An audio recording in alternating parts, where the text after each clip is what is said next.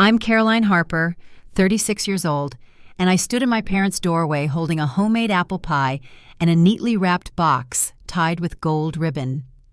Christmas carols floated softly through the house, and the smell of roast turkey drifted out into the frosty air. I'd driven 2 hours in the cold, dressed my best hoping, maybe foolishly, that this year things might finally feel different. What I didn't expect was to find myself alone in my car a few hours later, with mascara streaking down my cheeks and my brother's voice echoing in my head, "Why would we waste a seat on you?" It was supposed to be a holiday, a celebration. Instead, it became the moment that cracked everything wide open, and by the time I left, I knew I wasn't coming back. Before I go any further, drop a comment to let me know where you're listening from, and hit that like and subscribe button if you've ever felt like an outsider in your own family. I grew up in a quiet neighborhood just outside Knoxville, Tennessee. Middle child, older brother named Jason, younger sister named Lily. My parents, Walter and Diane Harper, believed in appearances, kindness, and public order at home, and silence when things got uncomfortable. From the outside, we looked like a picture-perfect Southern family. Inside, it was a different story. Jason was the one they never said no to. From the time we were kids, everything he touched turned to gold in their eyes. First, it was his science fair trophies, then his football stats, and later his real estate success. Lily the baby was delicate and sweet. My mother doted on her constantly. I was the one in the middle, not rebellious, not needy, just there. I kept my head down, worked hard, and learned early that if I wanted praise, I had to earn it. I built a life for myself, put myself through school, landed a job with a design firm in Nashville, eventually worked my way up to senior architect. My apartment overlooked the park I traveled for conferences, and I even had a piece published in a national magazine about green building practices. But when I brought any of that home, it barely registered. One Thanksgiving, after I'd just closed a major project, the only comment my mother made was about how Jason had bought a lake house. Lily got engaged that year. Everyone toasted with champagne.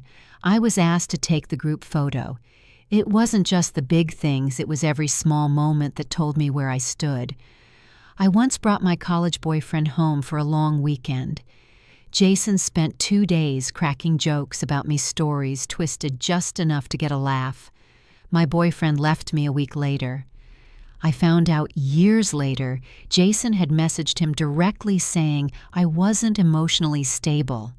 Still, I kept coming back. Every holiday, every birthday dinner, I hoped for something to shift. I brought thoughtful gifts, helped with cleanup, avoided bringing up work since that always seemed to make my mother anxious. I tried to be easy, agreeable, helpful. I figured if I just proved I was worth noticing, they'd finally see me. It was after last Thanksgiving when I went home and sat through 3 hours of Jason showing everyone his new drone footage, while no one asked a single question about my magazine feature, that I decided to talk to someone. Dr. Laura Marshall was the first person who really listened. In her office, I said the words out loud for the first time, "I don't think my family actually sees me." Dr. Marshall suggested space, boundaries, maybe even sitting out a holiday or two, but I wasn't ready to give up, not yet. I told her I wanted to try one more time, to lay everything on the table one way or another, so I started planning. For Christmas, I wrapped each gift with care: a blue scarf for my mother, a first edition book for my dad, a photo album of wedding prep for Lily, and for Jason, something different. Tucked inside that glossy box was a collection of emails, messages, and even an audio recording, proof of what he'd done, of how long he'd worked to turn people against me. And beneath that, a handwritten note, one final attempt to be heard. On Christmas Day, I arrived at 3 Huzzer sharp. My dress was forest green, chosen carefully, hair curled, makeup soft. I checked my reflection in the car mirror before I rang the doorbell. The house was glowing. Lights around the windows, matching wreaths, candles flickering in the entryway. It looked like something out of a magazine, but as soon as the door opened, I saw it in my mother's eyes, that tight smile, the way she stepped aside without a hug. I stepped in pie in one hand, gifts in the other. The warmth in the house didn't reach me. In the living room, my dad was laughing with Jason and our uncles. Lily waved from the corner. Nobody stood to greet me. And when my mother finally said, "Caroline's here," nobody even looked up. That was the moment I realized I had brought more than just gifts. I had brought a truth none of them wanted, and I hadn't even reached the dining room yet. The living room was full of voices and soft music. Jason stood near the fireplace, telling a story to a group of aunts and uncles. They laughed in that familiar way, just a little too hard, just a little too eager. His wife Lindsay rested a hand on his arm and smiled like she always did when he had the floor. My mother moved in and out of the room carrying appetizer trays, giving me a glance once or twice, but saying nothing else.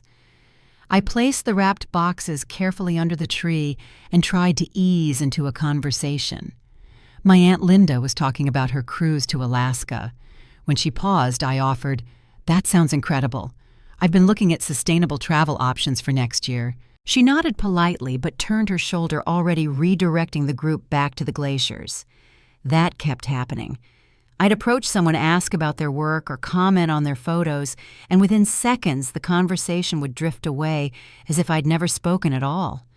My mother passed me in the hallway and asked if I'd mind arranging the cheese board. Dinner was scheduled for 5. Around 4:30, I noticed my mother starting to fuss with the dining room. She was particular about the table, always had been. Her best china was already laid out, the cloth napkins folded into Christmas trees, name cards placed at each setting in her delicate handwriting. The center of the table held red roses and pine branches, all arranged in a crystal vase I remembered from childhood. I glanced over the table, counting instinctively. 10 place settings. There were 12 of us in the house. I walked around slowly checking each card. Jason, Lindsay, Lily, and her husband Grant. My parents, my aunts and uncles, Alicia and her new boyfriend. I walked around once more, this time looking for my name. It wasn't there. I found my mother in the kitchen basting the turkey. "Hey," I said as casually as I could, "I think you might have forgotten my place card at the table." She didn't look up. "There's a lot going on today, Caroline. Can you refill the ice bucket?" I nodded and walked away. My hands were steady as I scooped the ice, but there was a weight in my chest I couldn't name. As I stepped back into the hallway, I heard voices, low, hushed. "I don't know why she's making such a fuss," my mother was saying. "She's always off to the side, never really part of things. She's your practice strokes." Then I took a breath, smoothed down my dress, and left the room.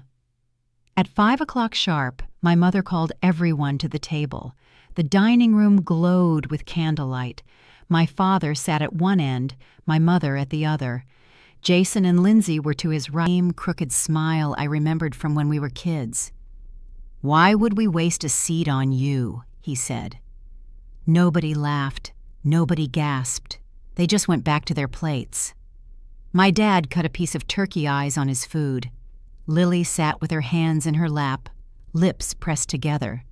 Alicia shifted uncomfortably but didn't speak.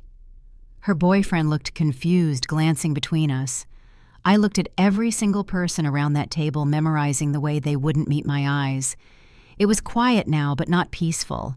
It was the kind of silence that lives deep in the walls, the kind that has been there a long time. I walked into the living room and sat on the couch. From there I could see the Christmas tree. My gifts sat beneath it, still untouched. One of them, Jason's, was wrapped in silver paper, tied with a blue ribbon. Under his dinner plate I had placed something else earlier that afternoon. A sealed envelope. Nobody had seen me do it. Nobody ever did notice what I did. Back in the dining room, conversation began to pick up again. Jason was talking about a difficult client, waving his fork as he spoke. My mother refilled a wine glass. My father asked for more rolls. I stood, walked back into the room. The chatter slowed as I stepped toward the tree. I reached down, picked up the silver box, and held it in both hands. Then I walked behind Jason's chair. He turned slightly startled to see me standing there. "I brought something special for you this year," I said. My mother looked up sharply. "Caroline, can this wait until after dinner?" "No," I said. "It can't." I set the box beside his plate. "Go ahead, or just check under your plate." Jason glanced down reluctant. He lifted the plate and froze. A cream envelope lay underneath. "What is this?" my father asked. "Caroline, what's going on?" I kept my eyes on Jason. "Go ahead, show them, or don't. But you'll know what's in there either way." Jason reached for the envelope with a tight grip, then tried to slide it into his lap. Lindsay leaned in, curious. "What's going on?" she asked him. "Nothing," Jason muttered. "It's messages," I said. "From Jason. Emails to my ex-boyfriend. Texts to our cousins. Voice recordings. It's all in there." Lindsay reached toward the envelope. Jason pulled it back. "You're twisting things again," he said. "You always do this." "Then let them see," I replied. Jason didn't move. I looked across the table. "And there's a copy of Grandma Louise's will, the original one, the one where she left the locket to me." Alicia raised her hand to her chest instinctively. The locket wasn't flashy, just an oval silver pendant, but I had loved it since I was a child. Jason stood suddenly, his chair scraping the floor. "I'm not doing this," he said. "You already did," I told him. "I'm just finished pretending it didn't happen." My father's voice was sharp now. "That's enough, Caroline. This is Christmas dinner." I looked right at him, and I wasn't invited to it, so I thought I'd leave a gift before I go. I nodded toward Jason's plate. "There's a note, too." Jason hesitated, then opened the folded paper. He read silently. His expression didn't change, but his shoulders drew up tight. When he didn't speak, I said it aloud. "This is the last time I will try to make you see me. The last time I will fight for a place in this family. I release you from pretending to care about me, and I release myself from needing your approval." Nobody spoke. I looked around one last time. "Merry Christmas," I said. Then I turned, picked up my coat from the hallway hook, and walked to the door. Snow was falling in light flakes across the lawn. I didn't look back. I drove for almost 20 minutes before I realized I hadn't turned on the heat. The snow had started falling harder light at first, then sticking to the windshield. I pulled into the parking lot of the Parkview Hotel just past 6. It was one of the only places open on Christmas night, a tall brick building with soft white lights lining the roof. Inside the lobby was quiet. A few people sat near the fireplace with books or cups of coffee, but no one looked up. The young woman at the front desk had a red sweater and a name tag that read Bethany. She greeted me like it was any other night. "Just you?" she asked kindly. "Yes," I said, still wearing my green dress, still holding my purse like I didn't quite know what to do with it. "Just me." She nodded and handed over a key card. "Top floor Parkview. The restaurant's serving dinner until 9 if you're hungry." I thanked her and rode the elevator up alone. The room was warm. Neutral carpet, dark wood desk, a king bed with crisp white sheets. I took off my heels and sat on the edge of the bed, letting the silence settle in. My phone buzzed. First it was Lily. "What was in that envelope? Jason's freaking out. Are you okay?" Then my mother called. I didn't answer. Her voicemail came through a minute later. "Caroline, this behavior is completely unacceptable. You ruined Christmas dinner and upset the entire family. Call me back so we can talk about how you're going to apologize to your brother." I deleted it without listening to the rest. My father texted next. Your mother is very upset. Please call. I turned my phone off. I ordered room service. The hotel Christmas special came on a silver tray: roast turkey, cranberry sauce, mashed potatoes, green beans, and a slice of pumpkin pie. I ate sitting by the window watching the snow fall over the park. The street lamps made the snow glow gold against the pavement. It wasn't the Christmas I'd planned, but for the first time in years, I wasn't bracing for the next comment, the next silent dismissal, the next sharp turn in a conversation that would leave me sitting in silence. There was no audience to perform for, no role to play, just a quiet room, a warm meal, and space to breathe. Around 9 o'clock, I turned my phone back on. More missed calls, a handful of texts from cousins and uncles. Then one message came through from Alicia. Can we talk, not about the locket, about Jason? I stared at it for a while before responding. Tomorrow, 10 a.m., Marcus Cafe. The next morning I woke up early and ordered coffee to the room. I took my journal from my bag and sat by the window.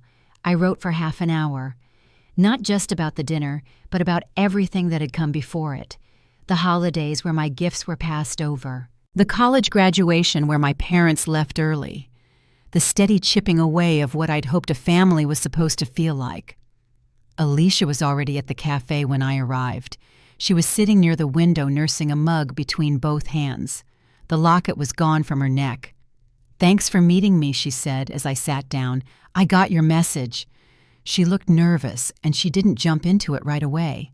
She picked at the corner of a napkin, then said, After you left, everything kind of blew up.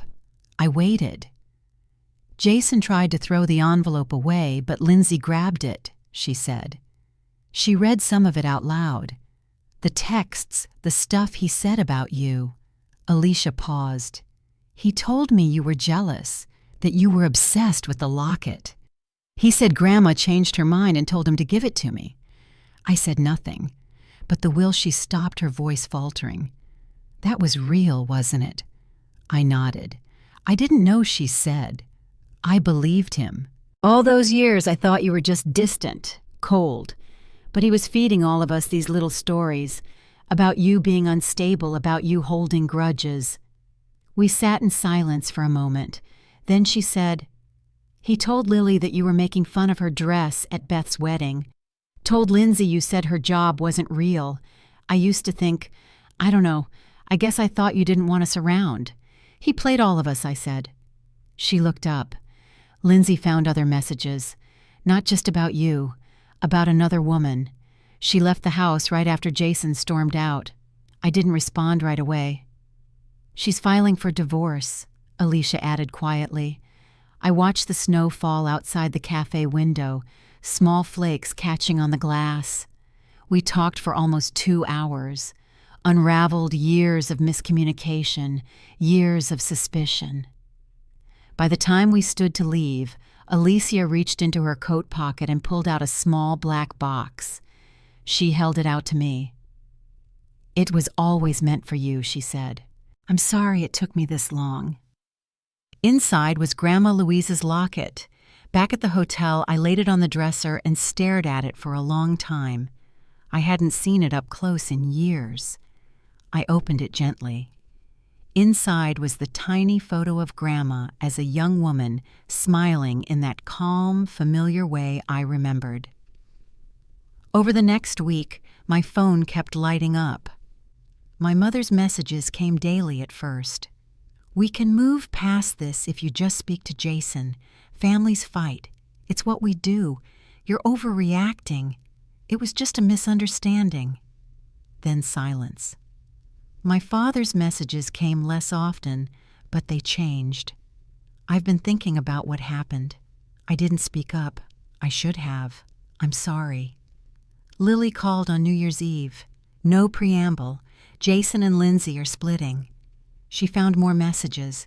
It's a mess. I'm sorry to hear that, I said. You are. She sounded surprised. His marriage ending doesn't fix what he did. It's just more loss. She paused. I should have said something. At dinner, when Mom told you to eat in the car. I wanted to. I just didn't. No, I said. You didn't. Can we meet for lunch sometime, she asked. I'd like to be a better sister. I told her I'd think about it. A few days later, a card arrived in the mail, handwritten, from Aunt Linda. What happened at Christmas made me look hard at myself. I've let Jason run the story for too long. I hope someday you'll let me get to know the niece I never truly saw. Not everyone reached out.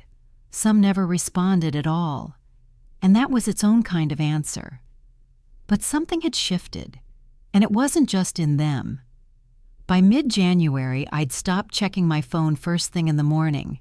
Messages still trickled in from my mother, though they came less often now. Sometimes they were guilt-laced reminders about how families stick together, other times long paragraphs asking why I was so set on punishing everyone. I didn't respond. My father had sent 2 more texts, both brief. Thinking of you. I'd like to talk when you're ready. I didn't answer those either. Not yet. Dr. Marshall and I had our first session of the new year the following week. I told her everything Christmas night, the hotel, the envelope, Alicia giving back the locket. She sat quietly while I talked. When I finished, she asked, "And how does it feel now?" I took a moment before I said, "Quiet." She nodded. Not empty, just quiet. Yes, like something stopped. We talked about patterns, how long I'd tried to hold that family together from my place on the sidelines, how often I'd swallowed things down, not to make peace, but to survive the discomfort of being unwanted. She said, "What you did wasn't a rupture, it was clarity." I wrote that down in my journal later that night. Not a rupture, clarity. The next day, I met Lily for lunch. We chose a small cafe halfway between our places. I wore the silver locket Alicia had returned, and she noticed it as soon as we sat down. She didn't mention it, just looked, then looked away. We made small talk at first. Weatherwork weekend plans. Finally, over soup, she said, "Mom still doesn't get it. She thinks you're doing all this to make a point." I folded my napkin slowly. "I'm not trying to make a point." "I know," she said. "That's what I told her." She looked up, eyes a little glassy. "I just wanted to say, I'm sorry. Not for Jason. That's on him.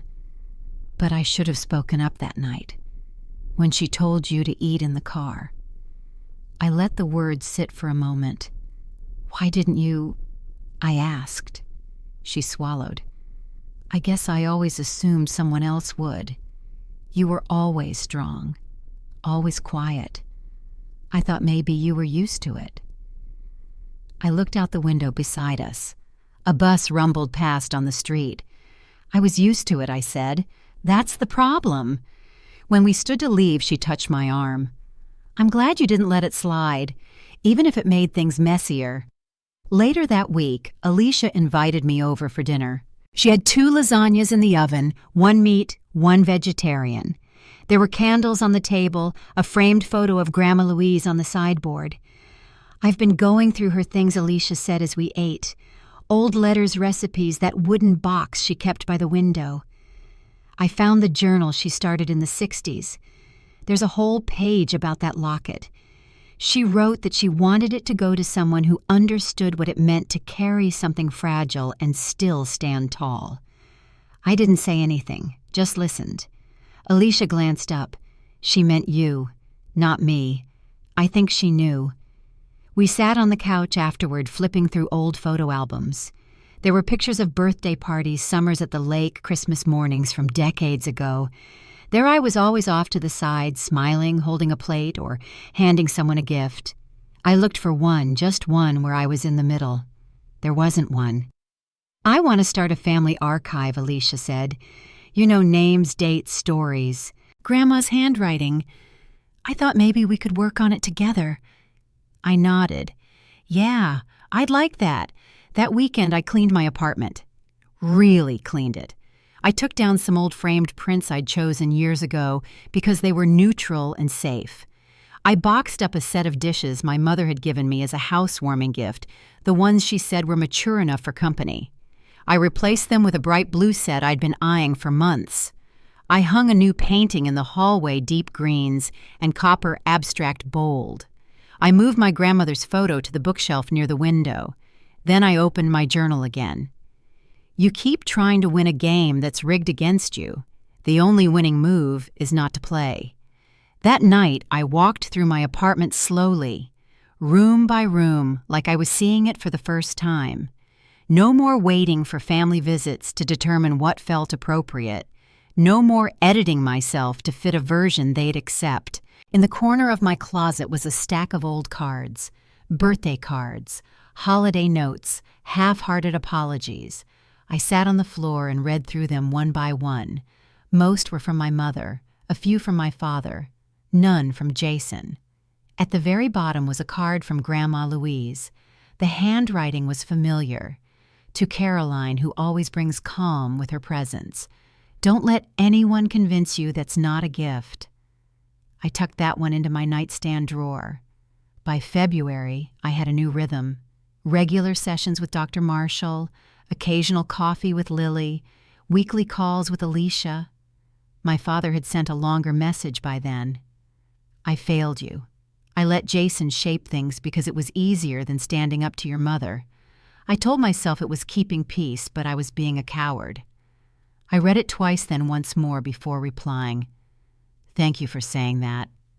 We made plans to meet the following week. Things weren't fixed, not even close, but they weren't hidden anymore either. And that made all the difference.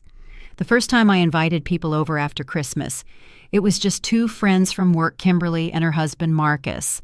They brought a bottle of red wine and a loaf of warm bread from the corner bakery. I made a simple dinner roast chicken with lemon herb potatoes and a green salad and set the table with the bright blue dishes I'd bought after boxing up the old ones from my mother. It was nothing fancy, but it was the first meal in a long time where I didn't feel like I was trying to earn my seat. Kimberly stayed behind to help with dishes. We stood side by side at the sink, sleeves pushed up, chatting about an upcoming client presentation. As she dried the last plate, she looked around and said, "Your place feels different lately, like it finally matches you." I nodded, not quite knowing how to respond. Thursday dinners became a thing after that. Sometimes just the three of us. Other times we added a fourth chair for someone new. A colleague, a neighbor, a friend from yoga. The table always had room. At work, something shifted too. During design meetings, I started speaking earlier, offering suggestions before being asked. I noticed the way people listened. My boss, Martin, stopped by my office after a pitch one afternoon and said, "I'm seeing more of you these days. Not just your work. You." I thanked him and closed the door behind him with a quiet smile. Michael came into my life not long after that. We met at a sustainability conference in Atlanta. He was on a panel about modular housing systems, and afterward we found ourselves in the same circle during the mixer. He asked what I did, and when I told him, he said, "Then you're probably the one who actually solves the problems we only talk about." We exchanged cards. A week later, he emailed to ask if I'd like to grab lunch. We met at a sandwich place with outdoor seating even though it was cold enough to need coats. He was easy to talk to, calm, thoughtful, the kind of person who actually waited for the answer after asking a question. We didn't talk about family, not then. But when I mentioned the locket I wore, he asked gently, "Was it hers?" "Yes," I said. "It came back to me recently." He didn't ask how. We kept seeing each other. Lunches turned to dinners. Dinners turned to quiet evenings with tea and crossword puzzles. He asked before touching anything in my space. He listened without interrupting. And when I talked about boundaries, he didn't flinch or ask me to explain. By March, my sessions with Dr. Marshall had shifted to every other week. She asked if I felt ready for that kind of space. "I think so," I told her. "I'm not spiraling between visits anymore." "What are you doing instead?" she asked. I paused. "Living, I guess." She smiled. "That's the goal." We spent one session talking about forgiveness, not the kind people expect with tearful reunions and holidays back to normal. The quiet kind. The kind where you stop giving old pain permission to shape your days. I said, I don't want to hold on to the anger anymore. But I also don't want to pretend it didn't happen. That's not forgiveness, she said. That's erasure. We left it there. Back at home, I pulled out a small box from the closet. Inside were the remaining letters and cards from over the years, Mother's Day notes, birthday wishes, scribbled quickly unsigned Christmas cards that said, "Love from all of us." I took them out one by one, then slowly slid them into the shredder. I kept 2. One from Grandma Louise, one from my father, the one where he finally admitted he'd failed me. The rest I let go. Lily and I met for coffee once a week. Sometimes we just talked about recipes or the news. Other times we tiptoed into deeper water. She told me she'd started therapy, that she was beginning to see how much being the baby had kept her in a place where she didn't have to speak up, even when she knew something was wrong. Jason made everything about him, she said. But I let it stay that way. We didn't argue. We just let the words settle. My father and I had lunch twice a month, usually at the same booth at a diner halfway between our places. At first it was awkward.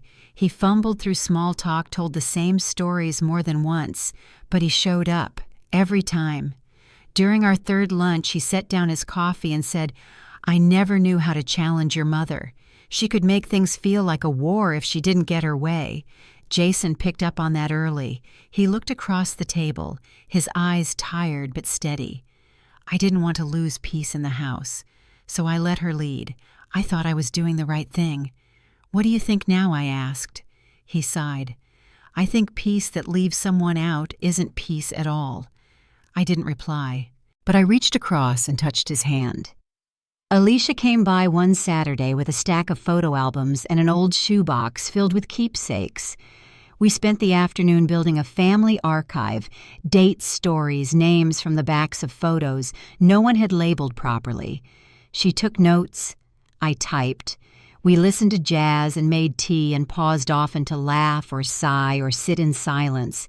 She showed me a letter from Grandma Louise dated 2 months before she passed. It mentioned the locket again and something else. "Give it to Caroline when the time is right. She'll know what to do with it." We didn't talk about Jason, not that day. My mother sent 2 more messages in April. One was a group text inviting me to Easter brunch. The other a single sentence after I didn't reply. "You're punishing me now, but someday you'll regret keeping this family apart." I didn't answer. Kimberly and Marcus came over that Sunday.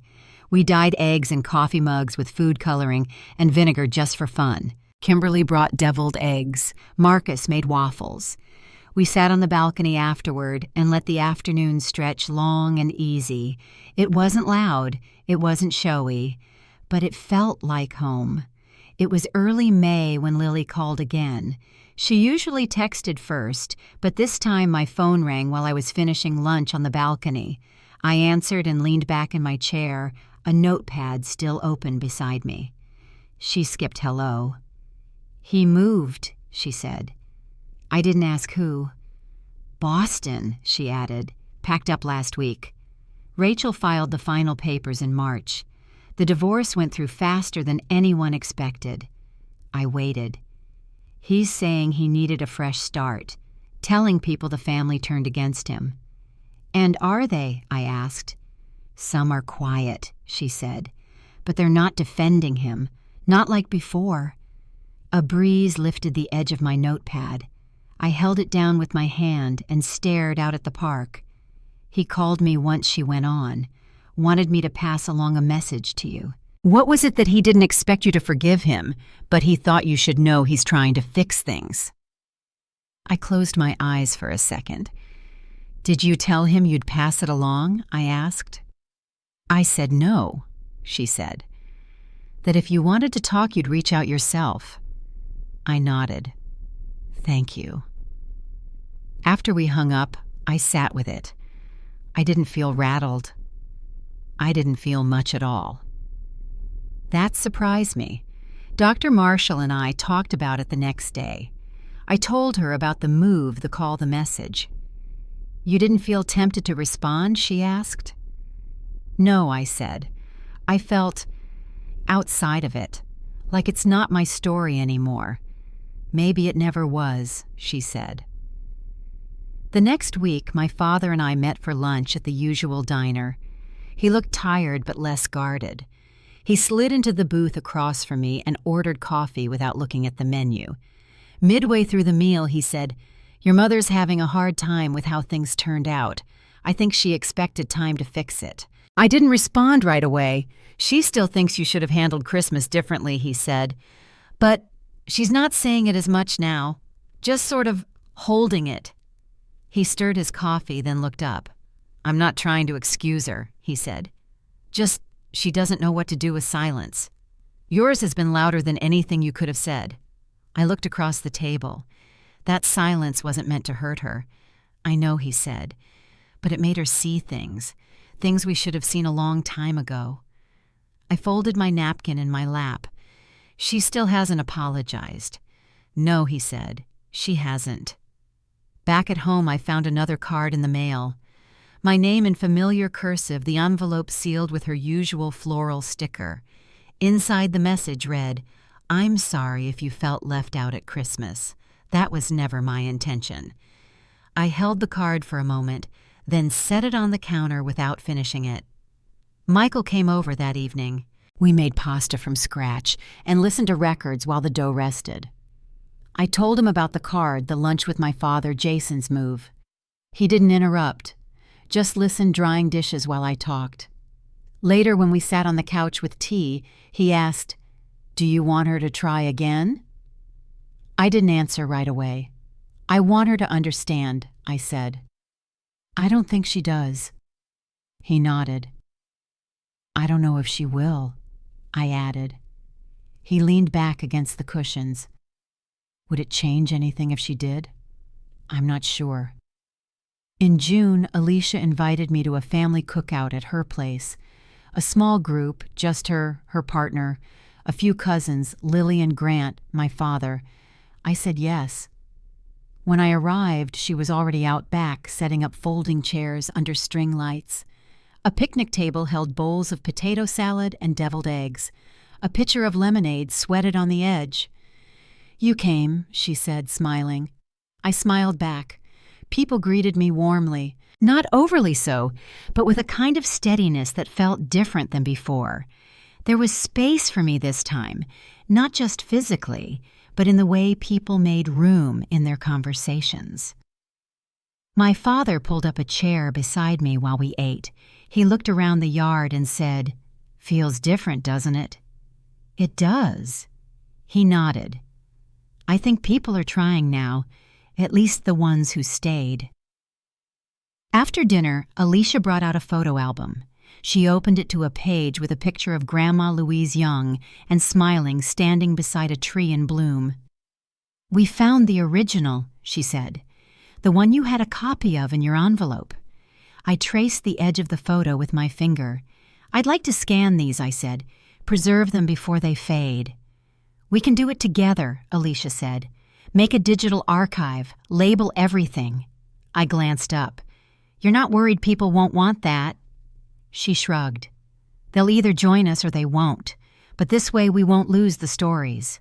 That night I walked home under a soft June sky, the kind that holds light longer than it should. I passed a neighbor pruning roses near her porch. We nodded at each other. I kept walking, the air warm around my arms. Back in my apartment, I poured a glass of water and opened the journal on my desk. I wrote a single sentence: "I am no longer holding a place for anyone unwilling to meet me there." Then I folded the page closed and stood at the window watching the last light fade. By midsummer, things in my life had settled into a rhythm I hadn't expected but quietly welcomed. I still met with my father every couple of weeks, usually at the same booth, with the same waitress who had started remembering our order. Our conversations weren't always deep, but they were honest. We didn't circle the past like we used to. Instead, we met it where it stood. One Tuesday afternoon, we sat with coffee cooling between us. He said, "Your mother asked if I thought you'd come around by the holidays." I didn't respond right away. I told her I didn't know, but I also told her you had every reason not to. He picked up his spoon and stirred his coffee slowly, even though he hadn't added anything. "I let her believe you were the problem for a long time. I didn't fight that, even when I knew it wasn't true." He looked up. "I don't expect that to be forgiven, Caroline. But I want to keep showing up, if you'll let me." I folded my hands in my lap. "You've been showing up," I said. "That's what matters." He nodded once, then looked down again. "It's not the way I imagined it all going. It rarely is." Back at home, I opened my journal that night and added a line to the bottom of the last page I'd written. Accountability sounds like, "I was wrong," not, "You misunderstood me." Later that week, Lily and I met for a walk at Radnor Lake. It was hot but shaded under the trees. We kept a slow pace, water bottles in hand. "I talked to Mom," she said, as we crossed a wooden bridge. I glanced over, waiting. "She asked if I thought you'd forgive her. I told her I didn't think that was the point anymore." We stopped at a bench and sat down. "She says she doesn't know how to fix it," Lily continued. "But it also kind of sounds like she's waiting for someone else to make the first move." I looked out at the water, still and bright beneath the canopy above. "I think she's waiting for time to make the move for her," I said. "But time only fixes what people are willing to face." Lily didn't argue. She just sat beside me, quiet and present. 4th of July came, and for the first time I hosted. Just a small group, Kimberly and Marcus Alicia, and her partner Lily and Grant, my father. I made a peach cobbler using Grandma Louise's recipe. Alicia brought fresh corn salad, and we ate with paper plates in hand, music playing low through the speakers by the balcony door. We took turns sharing one memory of summers past, no pressure, just stories as they came. My father talked about building kites with us when we were little. Lily shared a story about the fireworks that nearly singed her bangs when she was 13. When it was my turn, I said Grandma's porch. I remember shelling peas while she hummed. Alicia smiled. She always had music going, even when it was just her. After dessert, I sat with my father under the string lights. He glanced around the apartment, then said, "You've built something here." I followed his eyes. The deep teal walls, the gold-framed photos, the locket resting quietly on the bookshelf beside the picture of Grandma. "It feels like mine now," I said. He nodded. "I can see that." A few days later, my mother sent another message, shorter this time. "I'd like to talk, not to defend myself, just to listen." I stared at the screen for a long time. I didn't reply that day. The next afternoon, I forwarded the message to Dr. Marshall and asked if we could spend our next session discussing what that conversation might look like, what I needed to prepare for what I didn't have to tolerate, what boundaries could stay in place regardless of outcome. She wrote back within the hour, "Absolutely. And thank you for not rushing this." That session was different. We didn't talk about the past. We talked about what I wanted now. Not from her or from Jason or from anyone else in the family, but from my life, my peace, my home, my place in the world. "You've been waiting for someone to give you permission to stop trying," Dr. Marshall said. "I think I already stopped," I said. She smiled. "Now you're just learning how to stand where you landed." 2 weeks later, I heard from Aunt Linda again, a handwritten card, no return address. Inside she wrote, "I've watched you carry yourself through this year with grace. I used to think strength looked like silence, but I think you've shown all of us that strength can also be the truth spoken calmly, even when no one's ready to hear it."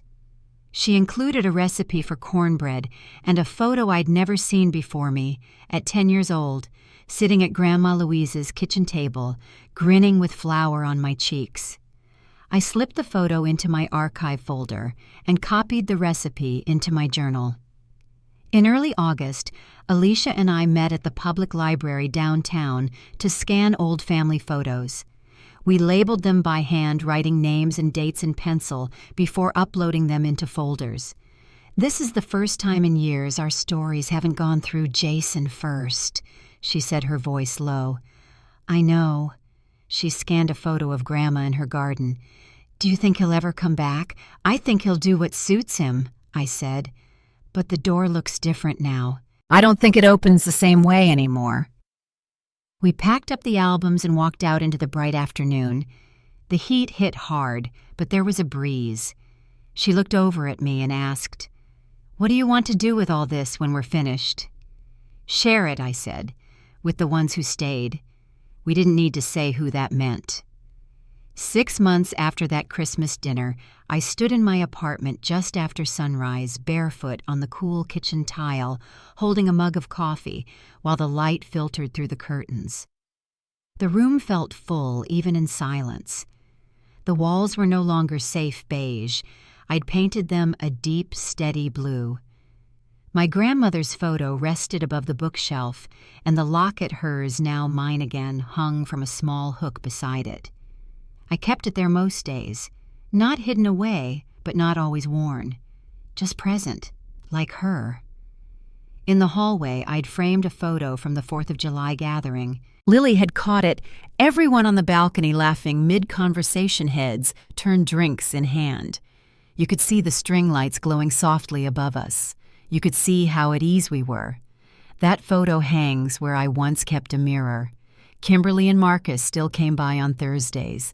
Alicia texted me regularly pictures of new scans, bits of family history recipes, and Grandma's handwriting.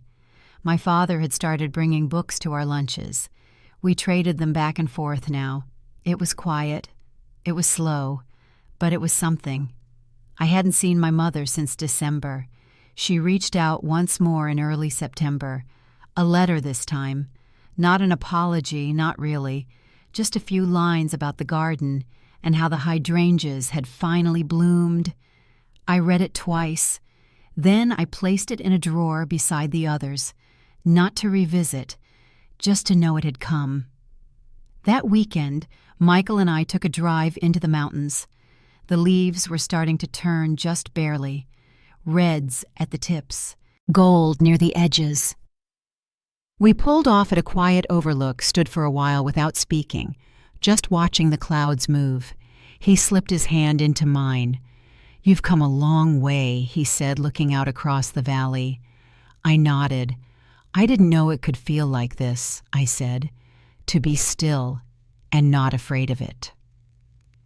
Back home, I opened my journal and wrote one last line for the season. "Family is not where you're seated. It's who pulls up a chair when you need one. I used to think healing meant going back. Thank you for listening.